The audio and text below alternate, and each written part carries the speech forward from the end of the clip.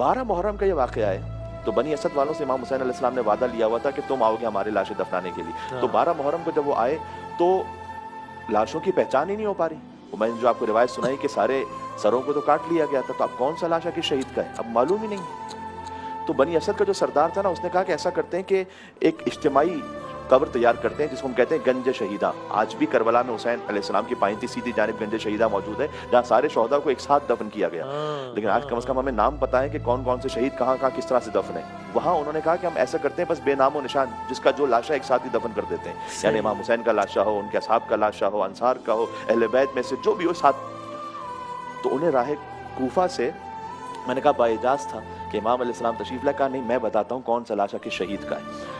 देखो ये हबीब इब्न मज़ाहिर का लाशा है, इसे यहाँ दफन करो। ये मुस्लिम इब्न औसजा का लाशा है। ये जॉन गुलाम हबशी का लाशा है। या आबिस बिन शबीब शाकिर, एक एक लाशा बताते गए इमाम ताकि पहचान रहे। फिर कुछ ज़बान हाल है इसमें कि गोया पूछा गया हो कि ये किस शहीद का लाशा है, तो इमाम ने शायद यूँ फरमाया हो कि देखते नहीं पूरा बदन घोड़ों की टापों तले पामाल हो गया। तो ये यतीम हसन कासिम का लाशा है। बतलाया कि कलेजे में बर्छी का फल है, ये मेरे भैया अली अकबर का लाशा है। सारे लाशें जब दफन हो गए तो एक लाशा बाकी रह गया।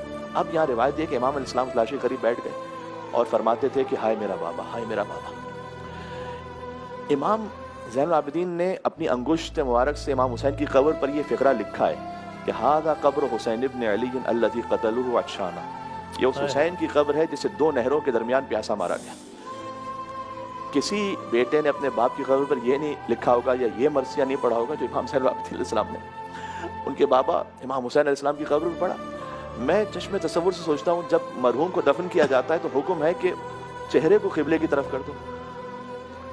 तो इमाम ज़ैनुल आबिदीन अलैहिस्सलाम ने उस वक्त ये कहा होगा कि बाबा आपकी लाश पर तो सर ही नहीं है, तो चेहरा कैसे क़िबला रो। तो बगैर सर का लाशा तो जो दफन किया गया, जिसकी तफसील यह कि बाद में सर जब बीबियाँ शाम से वापस आई थी ना चहलुम पर, तो वो सर मुबारक लेकर आई थी और मुल्हक किया गया इमाम हुसैन सलाम के सर को उस वक्त और शहीदों के सरों को। गोया उस वक्त तो ऐसी मजलूमियत थी कि सर दफन के लिए मौजूद ही नहीं था, इसलिए कि वो तो यजीद के दरबार में गया था। वाक़यात आप सुनते हैं कि वो छड़ी मार रहा था और बेअदबी कर रहा था इमाम हुसैन सलाम के दंदाने मार रहे थे, तो सर तो वहाँ था इमाम का, ये तो खाली बेसर का लाशा था।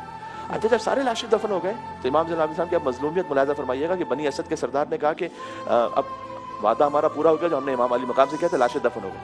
उन्होंने कहा नहीं, भी एक लाशा बाकी है। कहा फजल रसूल यहाँ तो कोई लाशा नजर नहीं आता। कहा चलो मेरे साथ फुरात के किनारे, मेरे चाचा अबुल फजल अब्बास चूँकि वो वहीं पर थे। इमाम हुसैन अलैहिस्सलाम को उन्होंने वसीयत की थी कि मेरा लाशा आप खैमों की तरफ नहीं लेकर आइएगा, इसलिए कि पानी का कहकर आया था, तो बस अब मैं पानी नहीं आ सका तो मैं वहीं पर रहूँगा, मेरा लाशा यहाँ नहीं लेके आइएगा। 2 लाशें ऐसे थे कि जो खैमों में नहीं आए, एक मौला अब्बास अलैहिस्सलाम का लाशा, एक खुद इमाम हुसैन अलैहिस्सलाम का लाशा।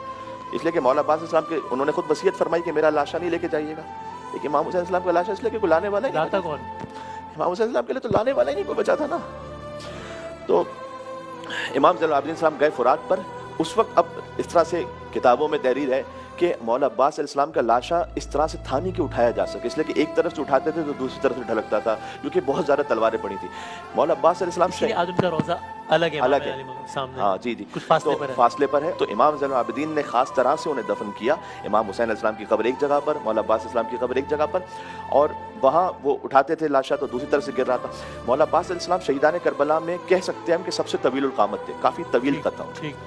कब्र उनकी सबसे छोटी है, कहते हैं कि बस शायद ये इस तरह से इतनी खबर है बस, इसलिए कि इमाम हुसैन जब अलम लेकर आए कि अलम आ गया अलमदार ना आया, तो वहाँ यजीदियों ने अबुल फजल अब्बास अलैहिस्सलाम के लाशे पर तलवारें मार मार के उसे टुकड़े कर दिया।